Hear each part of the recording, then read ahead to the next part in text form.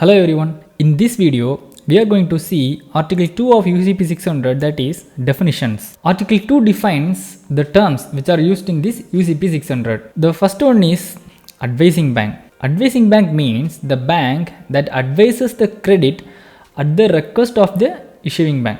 Right? Here issuing bank should request an advising bank to advise the credit, and here we must note this word request. What does this word request emphasize here? Generally, if we ask someone else to do some work on behalf of us, then we are responsible to pay for the charges incurred, right? So the same logic applies here as well. If issuing bank requests advising bank to advise the credit, then issuing bank is responsible to pay the advising charges. We will see this word request throughout this UCP. So always remember this logic, right? Next one is applicant. Applicant means the party on whose request the credit is issued. Here also we can see the word request, which means at the end applicant is responsible for all the charges incurred by all the parties involved. Next one is banking day. Banking day means a day on which a bank is regularly open at the place at which an act subject to these rules is to be performed. Let's break this sentence into two parts. First one is banking day means a day on which a bank is regularly open. I don't think this needs an explanation, right? And the next one is at the place at which an act subject to these rules is to be performed. Generally, where an act subject to these UCP rules will be performed, it will be the trade finance department or the trade finance team, which may oversee the process of issuance and all other relevant activities, right? So as per UCP, banking day is the day on which the trade finance department is regularly open and not the retail branch. If retail branch is open but trade team is not working, then it is not a banking day under UCP, right? Next one is beneficiary. Beneficiary means the party in whose favor a credit is issued, and generally beneficiary is the seller or the manufacturer of goods, right? Next one is complying presentation. Complying presentation means a presentation that is in accordance with the terms and conditions of the credit, the applicable provisions of these rules, and the international standard banking practice. This is simply a checklist. To comply, a presentation should first comply with the credit issue. Then it should comply with these rules, that is these UCP rules, and then it should comply with the international standard banking practice, that is ISBP 745. So here also we can see the credit is paramount. The presentation must comply with the credit issued first. Next one is confirmation. Confirmation means a definite undertaking of the confirming bank in addition to that of the issuing bank to honor or negotiate a complying presentation. First of all, what is the purpose of confirmation? See, the basic characteristic of LC is the irrevocable undertaking given by this issuing bank to this beneficiary for his payment, right? But what if this issuing bank itself failed or the country of issuing bank went bankrupt? It may happen, right? So to safeguard the beneficiary from such a risk, confirmation is an additional undertaking given by a bank other than the issuing bank, and that bank will be generally situated in the country of the beneficiary.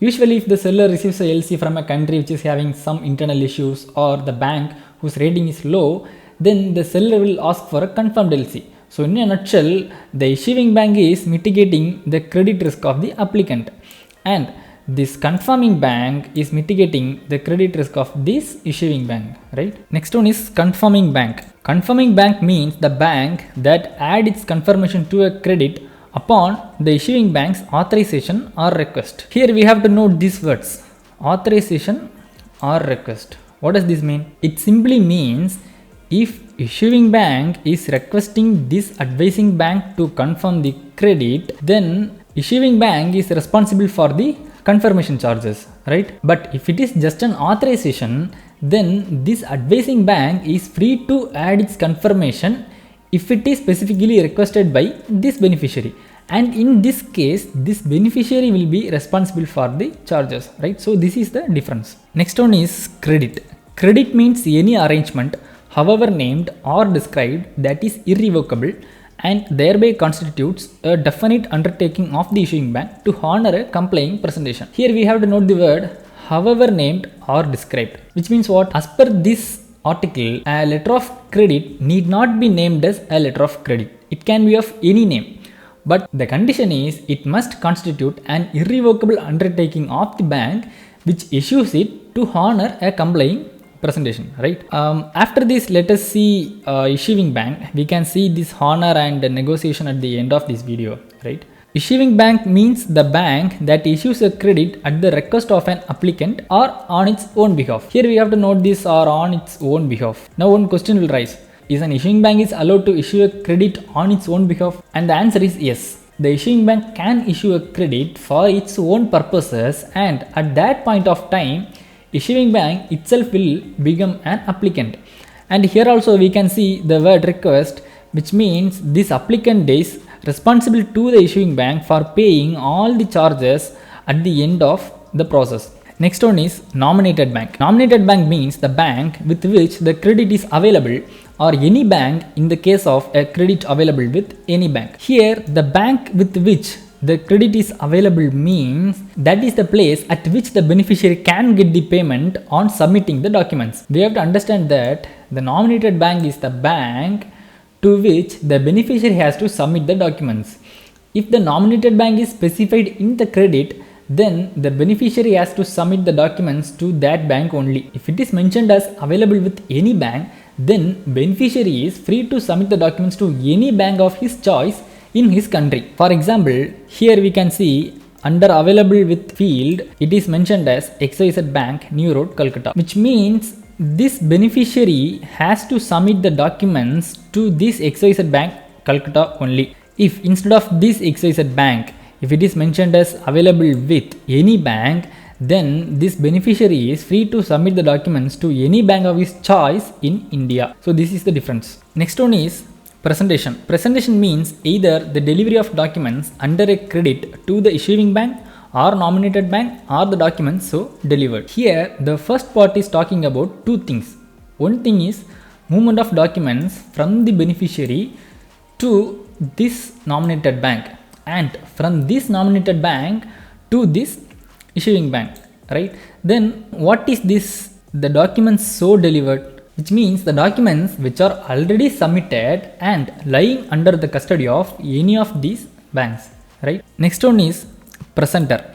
Presenter means a beneficiary, bank or other party that makes a presentation. This is very simple. When this beneficiary submits the documents to this nominated bank, here beneficiary is the presenter, and when this nominated bank forwards the documents to this issuing bank, here this bank is the presenter. And in some cases a person may make a presentation on behalf of this beneficiary, provided there is no such restriction in the LC, right? Now let us see honor and negotiation. Both honor and negotiation are methods of settlement under UCP.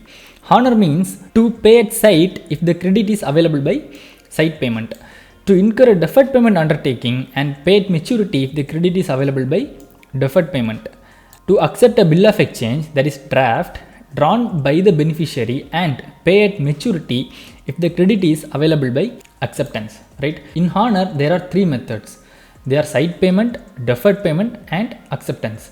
Under sight payment, as the name indicates, the payment is immediate as soon as complying documents are presented. But under deferred payment as well as in acceptance, the payment will be on a future date after submission of complying documents and not immediate. For example, 60 days after the bill of lading date will be the due date for payment. Then why there are two methods? For acceptance, the bill of exchange or draft is a mandatory document. But for deferred payment undertaking, bill of exchange is not required, because in some countries they are having stamp duty for bill of exchange. So to avoid that, we are having another method, that is deferred payment undertaking, right? Now let us see negotiation. Negotiation means the purchase by the nominated bank of drafts drawn on a bank other than the nominated bank and or documents under a complying presentation by advancing or agreeing to advance funds to the beneficiary on or before the banking day on which reimbursement is due to the nominated bank. Let's break this sentence into two parts, right? First one is negotiation means the purchase by the nominated bank of drafts and or documents under a complying presentation. In negotiation, what happens is this nominated bank will purchase the complying documents or bill of exchange drawn on a bank other than the nominated bank. How it is purchasing the documents? Let's continue with the article. By advancing or agreeing to advance the funds to the beneficiary on or before the banking day on which reimbursement is due to the nominated bank. So to purchase the documents, this nominated bank will do either of the things. That is, either it will advance the funds as soon as it receives the complying documents or the draft from the beneficiary, or else it will conclude an agreement with this beneficiary to advance the funds on a later date, and that date can be any date between the submission of complying documents to this nominated bank and the due date for reimbursement from this issuing bank, right? Here we have to understand that this nominated bank is taking a huge risk on this issuing bank by advancing or agreeing to advance the funds to this beneficiary. How? Maybe in future this issuing bank may fail to reimburse this nominated bank. Then why nominated bank is taking such a huge risk? Simple. Risk is directly proportional to reward. By negotiating this bill in advance, this nominated bank will earn revenue in the name of negotiating fee and interest. On the other hand, it is providing a huge support to the exporter by funding in advance. So this is how the negotiation work. Then why the draft has to be drawn on a bank other than the nominated bank? Because a nominated bank cannot negotiate a draft drawn on it. If a draft is drawn on the nominated bank, then it will come under acceptance and not under negotiation, right? So by this I hope you understood Article 2. If you found this video helpful, do subscribe to my channel and give a thumbs up. Thanks for watching and have a great time.